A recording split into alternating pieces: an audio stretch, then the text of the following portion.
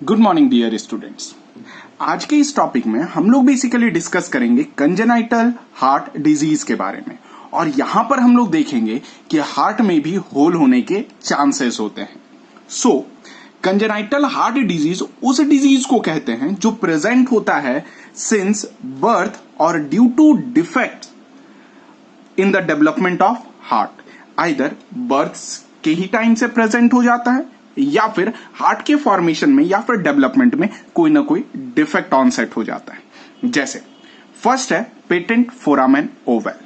Patent foramen Oval का मतलब होता है, पेटेंट स्टैंड करता है रह जाना को, फोरामेन का मतलब होता है होल, और Oval that is round shape का, और ओवल शेप का स्ट्रक्चर को अपन ओवल कहते हैं। अब क्या रहता है, जैसे कि हम लोग बिफोर बर्थ ये सबके हार्ट में प्रेजेंट होता है फोरामेन ओवल। मतलब ये क्या करता है कि उस समय हमारा लंग्स तो फंक्शनल नहीं होता है। सो जो भी ऑक्सीजनेटेड ब्लड है वो लेफ्ट एट्रियम में हमारे मदर ब्लड से आता है। अल्टीमेटली क्या रहा कि राइट एट्रिया और लेफ्ट एट्रिया में बेसिकली ब्लड का ट्रांसफ्यूजन होना शुरू हो जाता है। जबकि ये जो फोरामेन ओवल है ये इंटर आर्ट्रियल सेप्टम में प्रेजेंट होता है। लेकिन जब बर्थ हुआ, ये बिफोर बर्थ का केस है, लेकिन जैसे जैसे फिटस अपना 1 मंथ से तय करते हुए सीमा 9 मंथ की ओर बढ़ता है, तब ये फोरामेन ओवल धीरे धीरे क्या हो जाता है, रिड्यूस हो जाता है, और ये जो होता है गैप फील हो जाता है। सो अगर आफ्टर बर्थ पार्चुरेशन होने के बाद अगर ये होल स्ट्रक्चर सेम डायमीटर में प्रेजेंट रहे, तब इसी चीज को अपन क्या कहेंगे, leads to patent foramen ovale कहेंगे। जो बेसिकली क्या करता है कि जो एडल्ट बनने शुरू हो जाते हैं, यानी जो फिटस ग्रो होकर के पार्चुरेट कर जाता है, पार्चुरेशन करने के बाद जो बेबी डेवलप कर रहा होता है उसमें ये क्या करता है, ऑक्सीजनेटेड और डीऑक्सीजनेटेड ब्लड को मिक्स करता है, और फाइनली जो बॉडी का ऑक्सीजन कैरिंग कैपेसिटी है वो क्या हो जाती है, डिक्रीज हो जाती है। तो वैसे चाइल्ड कोई भी एफिशिएंट वर्क जिसमें ऑक्सीजन की रिक्वायरमेंट ज्यादा हो, जैसे एक्सरसाइज वगैरह, वो चिल्ड्रंस अच्छे तरीके से नहीं कर पाते हैं, कारण कि उनका ऑक्सीजनेटेड और डीऑक्सीजनेटेड ब्लड आपस में मिक्स कर जाता है by the patent foramen Oval. और इसी चीज को अपन कौन सा कंडीशन कहते हैं, heart hole in heart. Next that is patent ductus arteriosus. Patent ductus arteriosus ये क्या होता है, कल हम लोगों ने वीडियो में लिगामेंटम आर्टेरियोसम देखा था कि जो एम्ब्रियोनिक टाइम में पल्मोनरी आर्क और सिस्टमिक आर्क के बीच का जॉइंट था, जो ब्लड को आपस में ट्रांसफ्यूज करने की जरूरत कर रहा था। लेकिन ये लिगामेंटम आर्टेरियोसम फील होने के जगह पे ओपन रह जाता है। सो इसके वजह से जो डिफेक्ट ऑनसेट होता है बॉडी में, उस चीज का नाम होता है that is patent ductus arteriosus. अब इसके वजह से सेम ऑक्सीजनेटेड और डीऑक्सीजनेटेड ब्लड मिक्स कर जाता है और पेशेंट का वर्किंग एफिशिएंसी को डिक्रीज कर देता है, जिस वजह से ये क्या करता है, और मिक्स करता है ब्लड बिटवीन सिस्टमिक आर्क और पल्मोनरी आर्क के बेसिस पे। Next that is ventricular septal defect. Ventricular septal defect क्या होता है, जैसे कि आप देखो, मैंने डायग्राम से बना करके समझाने का कोशिश किया है। Right atria, left atria, right ventricle और लेफ्ट वेंट्रिकल के बीच में बेसिकली वेंट्रिकुलर सेप्टम प्रेजेंट होता है। ये क्या हो गया कि जो सेप्टम प्रॉपर डेवलप नहीं कर पाते हैं और फाइनली ऑक्सीजनेटेड और डीऑक्सीजनेटेड ब्लड मिक्स करते हैं वाया वेंट्रिकल साइड से, उसी चीज को अपन सिंपल क्या कहते हैं, वेंट्रिकुलर सेप्टल डिफेक्ट। इसके वजह से अगर पूरा सेप्टम ग्रो नहीं हो पाएगा तो डीऑक्सीजनेटेड और ऑक्सीजनेटेड ब्लड फ्यूज करना शुरू करेगा, और जब फ्यूज करना शुरू करेगा तो बॉडी में CO2 की कंसंट्रेशन नेचुरली ज्यादा रहेगी, और अल्टीमेटली पूरा बॉडी का स्किन जो होगा वो ब्लू कलर में अपीयर होगा, और इसी ब्लू कलर अपीयरेंस को अपन साइनोसिस कहते हैं। और यही डिजीज का नाम और इसी सिंड्रोम का नाम अपन क्या कंसिडर करते हैं, ब्लू बेबी सिंड्रोम। हालांकि बहुत सारे और भी डिफेक्ट हैं, लेकिन ये हार्ट से रिलेटेड और हार्ट के फिजियोलॉजी से रिलेटेड डिजीज था। इस वजह से इन 3 डिजीज को मैं बहुत पहले पढ़ा दिया आपको, ताकि आपको समझने में आसानी हो। अभी हम लोग हार्ट बीट के बाद कार्डियक साइकिल में फ्लो ऑफ ब्लड देखेंगे, क्योंकि मैंने सारा मैकेनिज्म तो एक्सप्लेन कर दिया, लेकिन कार्डियक साइकिल में और भी अच्छे तरीके से by the help of heart sound वो मैं एक्सप्लेन करूंगा। और उसमें बताऊंगा कि हार्ट का सिर्फ 2 साउंड नहीं होता है, बल्कि हार्ट के टोटल 4 साउंड होते हैं, और ये 4 साउंड कब ऑरिजिनेट होते हैं और कब ऑनसेट करते हैं, और इसकी जो फ्रीक्वेंसी है वो कितनी सुनाई देती है। अब हम लोग डिस्कस करते हैं हार्ट बीट के बारे में। हार्ट बीट का मतलब होता है कि एक रिदमिक कॉन्ट्रैक्शन और रिलैक्सेशन हार्ट का, उसे अपन हार्ट बीट कहते हैं। और रेट ऑफ हार्ट बीट अगर देखा जाए एडल्ट ह्यूमन में 72 बीट्स पर मिनट है ऑन एन एवरेज, जबकि रैबिट में 210 बीट्स पर मिनट है, और जबकि न्यू बॉर्न में 120 से लेकर के 140 बीट्स पर मिनट तक होती है। हार्ट बीट कहीं ना कहीं साइज पे डिपेंड करता है, और जिस इंसान की साइज बहुत बड़ी हो उसकी हार्ट बीट कम होगी, और जिसकी साइज बहुत छोटी हो उसकी हार्ट बीट बहुत ज्यादा होगी। सो लोएस्ट हार्ट रेट और lowest rate of heart beat जो होता है वो ब्लू व्हेल में ऑब्जर्व होता है, near about 28 beats per minute. अब आपका आज का पहला क्वेश्चन कि ब्लू व्हेल का एक्चुअल में साइंटिफिक नेम क्या है, ये आप मुझे कमेंट बॉक्स में इसका आंसर ड्रॉप करें। नेक्स्ट याद रखिएगा, हार्ट रेट हाइयर होता है वोमेन में with respect to men, children, infants, और लोअर होता है एज्ड पर्सन में। अब देखेंगे कि आखिर कौन कौन से फैक्टर से हमारा हार्ट बीट जो है वो क्या हो सकता है, अफेक्ट कर सकता है। पहला, हार्ट बीट इंक्रीज होता है जब एक्साइटमेंट हो, यानी उत्तेजना फील हो। दूसरा, जब अपन एक्सरसाइज करते हैं तब हार्ट बीट इंक्रीज करता है। जब अपन खाते हैं तब भी हार्ट बीट इंक्रीज करता है, और जब हमारे बॉडी में फीवर ऑनसेट होता है उस समय भी हार्ट बीट इंक्रीज होता है। इवन प्रेग्नेंट फीमेल में भी हार्ट बीट बेसिकली क्या हो जाती है, इंक्रीज हो जाती है, यानी प्रेग्नेंट फीमेल में 72 बीट्स पर मिनट से ज्यादा हार्ट बीट रिकॉर्ड किया जा सकता है।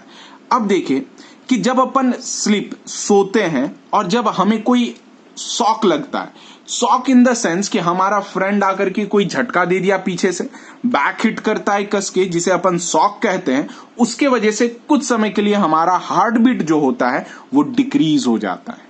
और हार्ट बीट जो डायरेक्टली प्रोपोर्शनल है एल्टीट्यूड से, यानी जैसे जैसे अपन एल्टीट्यूड्स पे ऊपर चढ़ते जाएंगे, यानी माउंटेन पर चढ़ते जाएंगे, वैसे वैसे हमारा हार्ट बीट क्या होगा, इंक्रीज होगा। क्यों? क्योंकि एल्टीट्यूड इंक्रीज हो रहा है। नेक्स्ट देखिए, हार्ट बीट इनवर्सली प्रोपोर्शनल होता है साइज का, यानी जिसकी साइज छोटी है उसका हार्ट बीट ज्यादा है, और जिसकी साइज बड़ी है उसका हार्ट बीट कम है। Next, heart beat inversely proportional होता है ब्लड प्रेशर का।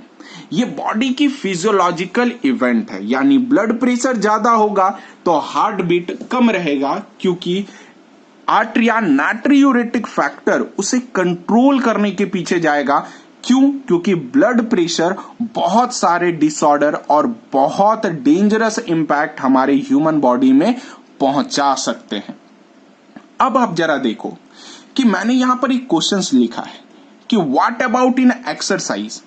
अभी हमने देखा कि हार्ट बीट एक्सरसाइज में इंक्रीज कर रहा है, लेकिन यहां पर ब्लड प्रेशर का क्या मतलब है। आप जरा सा इस पे रिसर्च करें कि आखिर ऐसा क्यों हो रहा है कि अगर कोई भी बंदा एक्सरसाइज कर रहा है तो उसकी हार्ट बीट इंक्रीज हो रही है, लेकिन जिनकी ब्लड प्रेशर बढ़ रही है उनकी हार्ट बीट डिक्रीज हो रही है। वाई? आप इसके बारे में अच्छी तरीके से रिसर्च करें और बहुत ही उम्दे किस्म के आंसर को आप कमेंट बॉक्स में पोस्ट करें, ताकि सारे लोग पढ़ें और देखें कि आखिर कितने स्टूडेंट ने इसके पीछे रिसर्च किया।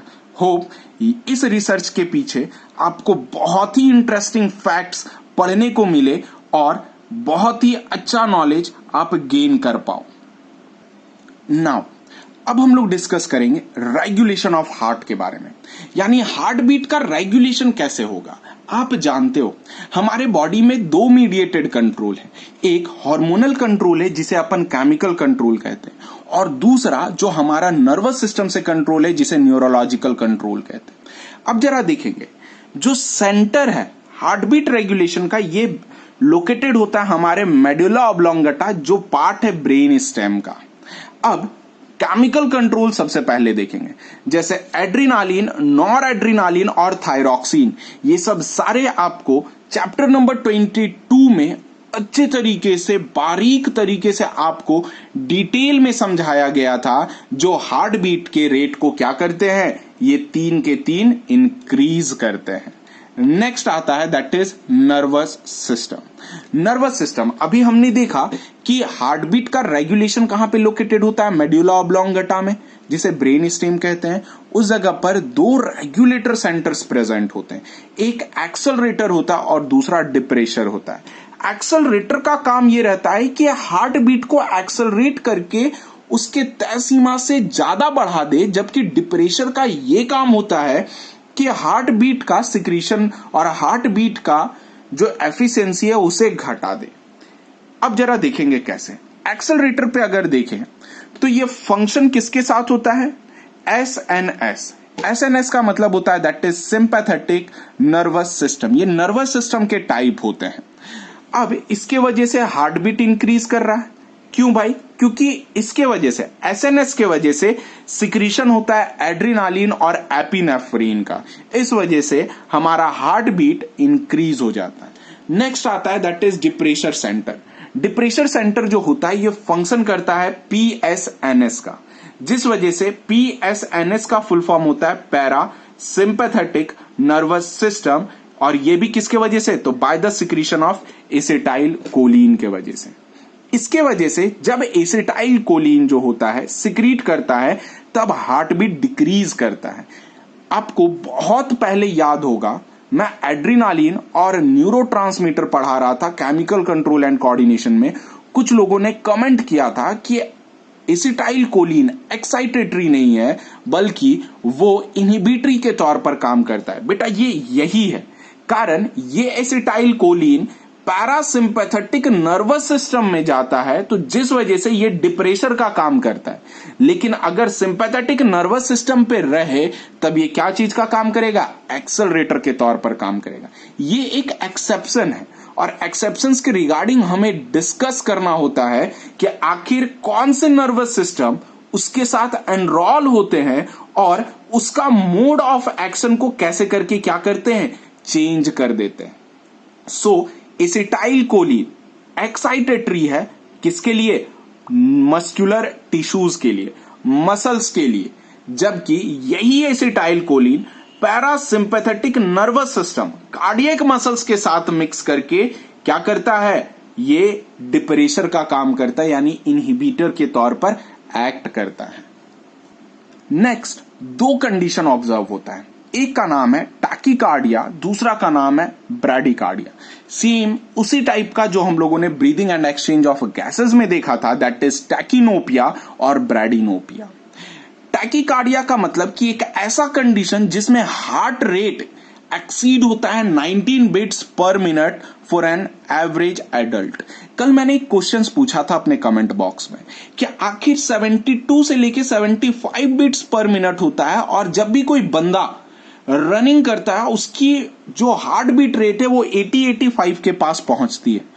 यही कारण है कि ऐसे नोड की बहुत ही ज्यादा वेरिएबल फ्रीक्वेंसी होती है, डिपेंड करता है कि हमारी बॉडी की रिक्वायरमेंट क्या है, और हमारा जो नॉर्मल बॉडी की रिक्वायरमेंट है वो है 72 बीट्स पर मिनट। यही कारण है कि जब ऐसे नोड नॉर्मल और एवरेज कंडीशन के वक्त बीट जनरेट करेगा तो वो 72 से लेकर के 75 बीट्स पर मिनट का होगा। लेकिन जब कुछ हार्श कंडीशन डेवलप होता है, जैसे मान ले कि कोई पर्सन फाइट एंड फ्लाइट के सिचुएशन में आता है, लड़ो या भागो की सिचुएशन में आता है, तो वो भागता जैसे ही है उसकी हार्ट रेट ऑटोमेटिकली इंक्रीज करती है और समटाइम एक्सीड करता है 90 से प्लस। कारण ये ऐसे नोड बॉडी में ब्लड सर्कुलेशन को फास्ट करने के लिए वो अपनी बीट की एफिशिएंसी क्या कर देता है, इंक्रीज कर देता है। मतलब कि एक हार्श कंडीशन में ऐसे नोड की एफिशिएंसी है कि वो 100 बिट्स पर मिनट तक भी जनरेट कर सकता है, लेकिन डिपेंड किस पर है, एक्सटर्नल कंडीशंस पे डिपेंड है, ध्यान रखिएगा। और जब हार्ट बीट 90 से इंक्रीज हो जाए तब उस कंडीशन को क्या कहेंगे, दैट इज टैकीकार्डिया कहेंगे। ब्रैडीकार्डिया एक ऐसा कंडीशन है जब हार्ट रेट फॉल होता है बिलो 60 बीट्स पर मिनट से किसी भी एवरेज एडल्ट्स के लिए, उसे अपन क्या कहते हैं, ब्रैडीकार्डिया कहते हैं। ब्रैडीकार्डिया बेसिकली क्या होगा कि अगर घर में कार्बन डाइऑक्साइड का कंसंट्रेशन बढ़ गया तो ऑटोमेटिक ब्रैडीकार्डिया कंडीशन है। आइदर इंसान सो रहा हो तो पर भी ब्रैडीकार्डिया कंडीशन ऑब्जर्व हो सकता है, और आइदर पर्सन नशा किया हो, हैलुसिनेट हुआ हो तो पर भी उस पर्सन में ब्रैडीकार्डिया कंडीशन ऑब्जर्व हो सकता है। नेक्स्ट आता है बहुत ही इंपॉर्टेंट साइकिल जो हमारे हार्ट के रेगुलेशन में हेल्प करता है, जिसे अपन कहते हैं कार्डियक साइकिल। कार्डियक साइकिल क्या होता है, single heart beat is known as cardiac cycle, या फिर एक सीरियल वाइज और सीक्वेंशियल चेंजेस जो हार्ट में टेक प्लेस हो रहा है उस चीज का नाम अपन क्या देते हैं, कार्डियक साइकिल देते हैं। कार्डियक साइकिल को समझने के लिए हमें दो टर्म हमेशा माइंड में ध्यान में रखना होगा। एक होता है कॉन्ट्रैक्शन, और बायोलॉजिकल टर्म में इस कॉन्ट्रैक्शन का नाम होता है सिस्टोल, और दूसरा होता है रिलैक्सेशन जिसका नाम होता है डायस्टॉल। अब क्या है, टाइम जरा देखना, 60 सेकेंड बाई 72 बीट्स, मतलब time by number of beats. So एक बीट का टाइम कितना हो गया, 0.8 सेकेंड, और इस 0.8 सेकेंड में आर्ट्रिया को कॉन्ट्रैक्ट करवाना, रिलैक्स करवाना, वेंट्रिकल को कॉन्ट्रैक्ट करवाना और रिलैक्स करवाना सब कंप्लीट करना है। सो इसी साइक्लिक इवेंट को अपन क्या कहते हैं, कार्डियक साइकिल कहते हैं। और 0.8 सेकेंड के अंदर ये जो साइकिल है वो कंप्लीट हो जाता है। अब इस 0.8 सेकेंड का इवेंट क्या, अब जरा देखो 0.8 सेकेंड की जो इवेंट है इसमें पहला है आर्ट्रियल सिस्टोल जो कि महज 0.1 सेकेंड का है, और ये सिस्टोल यानी कॉन्ट्रैक्शन 0.1 सेकेंड का है, लेकिन रिलैक्सेशन कितना है, 0.7 सेकेंड का, दोनों मिला के 0.8 सेकेंड हो गया। और आप जानते हो टोटल 4 चैम्बर है, तो 4 चैम्बर्ड में 2 एट्रिया होते हैं और 2 वेंट्रिकल होते हैं, यानी वेंट्रिकल का भी तो कॉन्ट्रैक्शन होगा क्योंकि एट्रिया में ब्लड जाएगा, एट्रिया कॉन्ट्रैक्ट होगा फिर रिलैक्स होगा, देन वेंट्रिकल भी कॉन्ट्रैक्ट होगा फिर रिलैक्स होगा ना, तब तो ब्लड हार्ट से बाहर निकलेगा। सो वेंट्रिकुलर सिस्टोल महज 0.3 सेकेंड का होता है, जबकि वेंट्रिकुलर डायस्टॉल 0.5 सेकेंड का होता है। और देखिए जरा दोनों मिला करके टाइम ड्यूरेशन कितना हो गया, दैट इज 0.8 सेकेंड हो गया। अब इस चीज का अपन कार्डियक साइकिल के इवेंट से समझेंगे, और ये डायग्राम आज की वीडियो के लिए लास्ट रहेगा, क्योंकि यहां तक बेसिक आइडिया जब मैं आपको दे दूंगा तब मैं इसके एक एक टर्म को बारीक तरीके से एक्सप्लेन करूंगा कि आर्ट्रिया में कॉन्ट्रैक्शन कैसे हुआ और वो आगे कैसे गया।